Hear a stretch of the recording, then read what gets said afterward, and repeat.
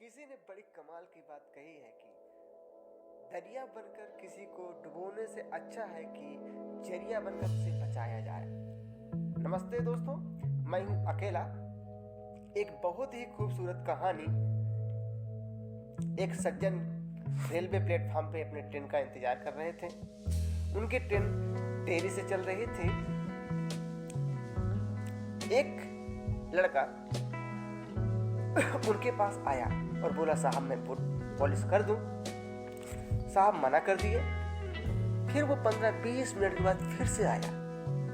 फिर बोला, साहब थोड़ा चिढ़ है, लेकिन उसकी हालत को देखकर थोड़ा सा दया आई। कमजोर सा दिख रहा था। बोले, ठीक है करो। लेकिन जब वो जूता या बूट पॉलिश करना शुरू किया तो साहब बोले कि भाई अच्छे से करना है, ऐसा ना हो कि पैसा लेके चले जाओ और काम भी ना हो। हम बहुत सारे ऐसे लोगों को देखे हैं कि काम भी नहीं करते और पैसा भी लेके चले जाते हैं। जब वो बूट पॉलिश करने लगा, कमजोर सा था, बीमार सा था, ठीक से नहीं हो पा रहा था। उन्हें गुस्सा आने लगा। बोलने लगे, कहाँ मैं फंस गया, मेरा पैसा बर्बाद हो गया, ना करवाता तो ठीक रहता। ये सब चीजें बातें बोलने लगे। तभी एक दूसरे लड़के की एंट्री होती है सीन में, और वो बहुत ही अच्छे से मेहनत के साथ जूते में पॉलिश किया और एकदम नया जैसे चिमका दिया। ये सब देखकर साहब बहुत खुश हुए और बोले, वाह, ये हुई ना बात। अब उनके सामने पैसा देने की बात थी। जब पैसा देने की बात आती है तो देखते हैं कि दो लड़के बैठे हुए हैं। तो सोचते हैं कि पैसा किसे दूं। बात तो इससे हुई थी जो बेचारा गरीब सा, कमजोर सा है, बीमार सा दिख रहा है। लेकिन वहीं पे दूसरा जिसने काम किया, जूते को पॉलिश किया, और फिर दूसरे लड़के अर्थात जो काम किया, जो जूते में पॉलिश किया, उसको देख के मन ही मन सोचने लगे कि वाह, अच्छा किया। फिर क्या देखते हैं साहब, वो दोस्त पैसा लेकर अपने गरीब सा, कमजोर सा, बीमार सा दिखने वाले दोस्त को पैसा दे देते और उसका पेट थपथपाते हुए उससे दूर जाने लगा।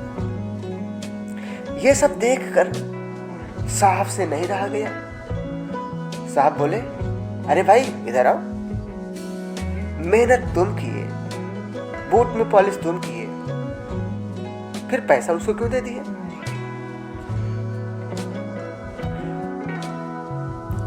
लड़का बोलता, साहब क्या बताएं, हमारा दोस्त 5-6 महीने पहले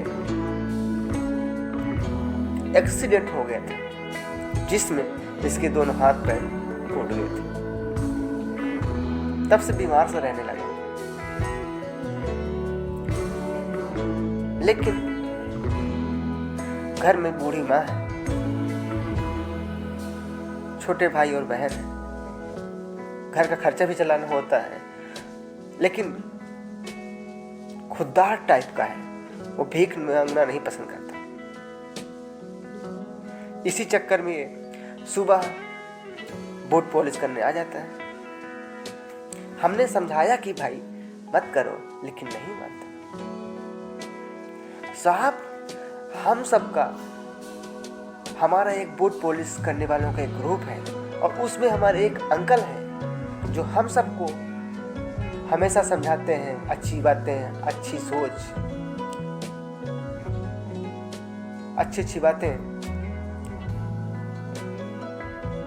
और वो अंकल कहते हैं, सुनो, जो हमारे ग्रुप में एक लड़का है जो कमजोर हो गया है, जो बीमार सा रहता है, इसका ख्याल रखना है, मदद करना है।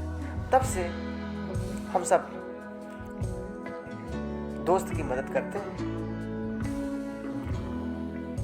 साथियों, ये बहुत छोटी सी कहानी है जो समझाती है, सिखाती है कि जब वोट पॉलिश करने वालों का ग्रुप ये बात समझ सकता है कि मुस्कान बांटने से बढ़ता है, तो हम भी ये समझ सकते हैं।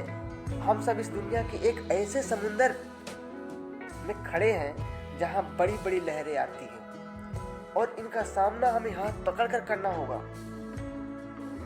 साथियों, इसलिए मैं अक्सर आपसे कहता हूं, कमाना है तो दुआएं कमाइए, मुस्कान कमाइए, प्रार्थनाएं कमाइए।